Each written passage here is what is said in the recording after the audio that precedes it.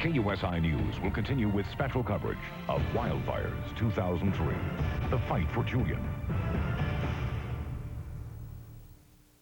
The central nervous point of this whole thing is at the base camp at Gillespie Field in El Cajon, which was rapidly set up over the early part of the week and now has turned into a sprawling tent city down there. And that's where John Soderman is now to bring us the latest from the base camp. John? Well, it's like a military operation. Let's show the folks, Justin.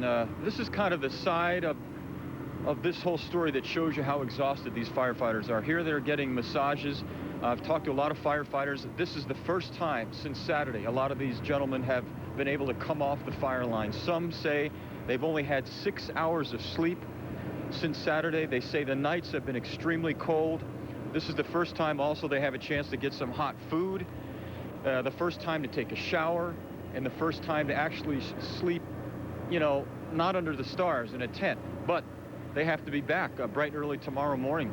Over here on this table is a chance for, you know, to play a little cards, just relax, and also for some, they can come here and visit with their family members. Let's go over here, Justin, and talk to some volunteer members of the Campo Volunteer Fire Department, Cody and Miguel. And gentlemen, thank you so much for your service. I know this is a very sensitive subject, but Cody, when you heard on the fire line today that a firefighter was killed, what was that like for you? It was like thinking that could have been us, you know. We could have been out there doing the same thing that they were doing, not knowing, you know, it could have been one of our fellow firefighters like it was. And I just feel bad that they had to come into our state and have to go out like that here. And Miguel, you had some close calls. You said you have faced flames 300 feet high. Tell us about that experience. It was pretty intense, even though they were somewhat far away, a few like 10 feet. It was extremely hot, even in the cab of the engine. Extremely, it felt like you were actually burning, like your face was going to start to burn, so you kind of have to stay away from it. Have any of you gentlemen had moments where you felt you're going to be surrounded? Yes, me and my captain, we were doing a burnout operation on Highway 79, and we had to run out of there. Gentlemen, we thank you for your service. Thank you so much, and thank you for talking to us on KUSI. Let's go over here and talk to Tiffany Fox. She's a masseuse. And Tiffany, based on your profession, my dear, what do you observe as far as how exhausted these gentlemen are?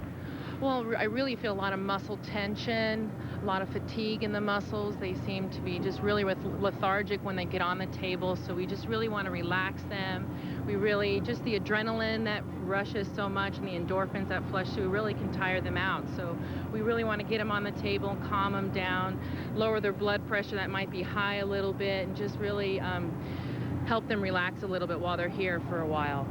Now, is this the first time you've done this for firefighters? Oh yes, this is the first time I've been able to really participate in my own hometown of San Diego, so I just feel so grateful that I can be here and give what I can to the people that are protecting my neighbor's land and everything. It's a great, wonderful opportunity for me and my community. Now, they say that people who are experts in massage are very in tune with the human body. What have you learned about what fighting a fire in such stressful conditions does to a person's body? Well, it's going to put them sometimes in shock. Muscle tension can really, you know, the lactic acid builds up in the muscles, and it's just shockingness. And so when I feel the muscle, I can really feel it give if I give the right pressure, and you just get in touch with the body. You know what it needs at the right time. You don't force the muscle to relax. You can't force the muscle. You can injure the person. So the more in touch you can be with the person at the moment, you don't want to look around. You don't want to, you know, do too much. You really want to just get in touch and really help them ease into a different space. Now, these are pretty macho guys. Do any of them have any of them? They're working me. Have any of them said what it's been like? Oh yeah, they're talking about how they saw a beautiful lake when they were driving in, and when they drove out, they heard it was all charred down. They're talking about how they've never seen such a community come together. They're talking about how grateful they are for us here today. Yeah. They're just. And on that note, are you doing this for free? Oh, absolutely. Okay, we thank you for your service. This is from everything. It's from your heart. I can tell. Thank you so much, Tiffany. Thank you. So Paul and Kimberly, you know, this is the, you know, the other side of the story. It kind of is akin to, like, troops on a battlefield that finally come off the battlefield and have a chance to rest, but not for long, just a couple hours. because it's back into the fire. We'll set it back to you. I think we're so impressed with how well organized that whole thing has been, in the way that they dispatch people out of there, they bring people back in, and they've got something waiting for them when they get back. It really is amazing to watch this. Yeah, it reminds me of a very well-oiled military operation. You know, and you know what? Another thing we don't realize, Paul, a lot of these firefighters, it is like being in the Marine Corps or in the Army during a battle, because when they're fighting the fire at nighttime, they don't set up a tent. They just sleep on the ground, and some of the firefighters were saying they'll sleep on hot embers because it's so cold. So Right. they're having to deal with extremely stressful conditions. We can only imagine what they're going through out there. Thank you, John. We'll come back and talk to you in a while.